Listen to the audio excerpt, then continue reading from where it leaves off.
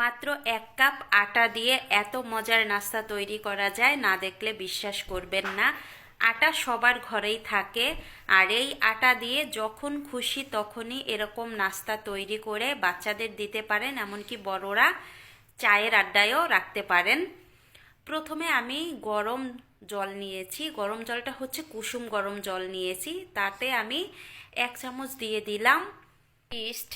এখন গরম জলের সাথে ইস্ট ভালোভাবে মিশিয়ে নিব। এবার আমি এখানে দিয়ে দিব চিনি। এখানে আমি 4 টেবিল চামচ চিনি দিয়েছি। চিনিটাও এবার জলের সাথে ভালোভাবে মিশিয়ে নিয়েছি।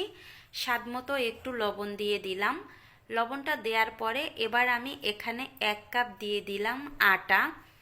আটাটা দিয়ে এখন হাত দিয়ে ভালোভাবে মথে নিতে হবে। আটা আমি মথে নিয়েছি। এখন হচ্ছে এরকম হয়েছে, দেখেন। এটা এবার আমি সমান করে রেখে দিচ্ছি। আর এবার একটু তেল দিয়ে দিলাম, সাদা তেল।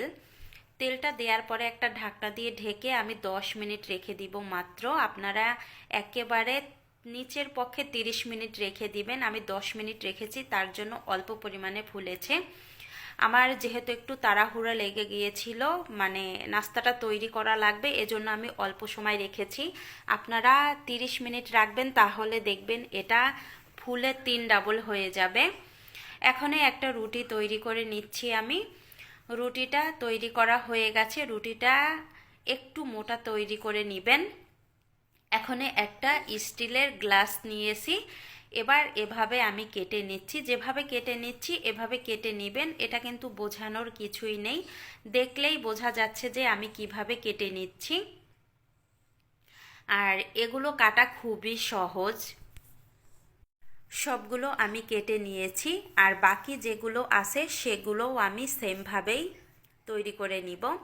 সবগুলো তৈরি করা হয়ে গেছে। এখন আমি এই যে কড়াইয়ে দিয়েছি তেল। তেলটা অল্প গরম অবস্থায় এই নাস্তাগুলো দিতে হবে। গ্যাসের ফ্লেম হাই হিটে রেখে দেয়া যাবে না, আর তেলটা হাই হিটে গরম করেও দেওয়া যাবে না। নাস্তাগুলো একটা সময় দেখবেন একা একাই এরকম তেলের উপরে ভেসে উঠেছে। আমি 3 থেকে 4 মিনিট জাল করে নিয়েছি একেবারে লো হিটে। এখন হচ্ছে এক এক করে নাস্তাগুলো উল্টিয়ে দিচ্ছি, আর এই নাস্তাগুলো ভেঙে যাওয়ার কোনোই সম্ভাবনা নেই। এই তো নাস্তাগুলো উল্টিয়ে দেয়া হয়ে গেছে। এবার আমি এপাশ ওপাশ করে ভাজি করে নিয়েছি। সুন্দর একটা কালার চলে এসেছে, এই দেখেন। আর নাস্তাগুলো একেবারে পারফেক্টভাবে ভাজি হয়ে গেছে।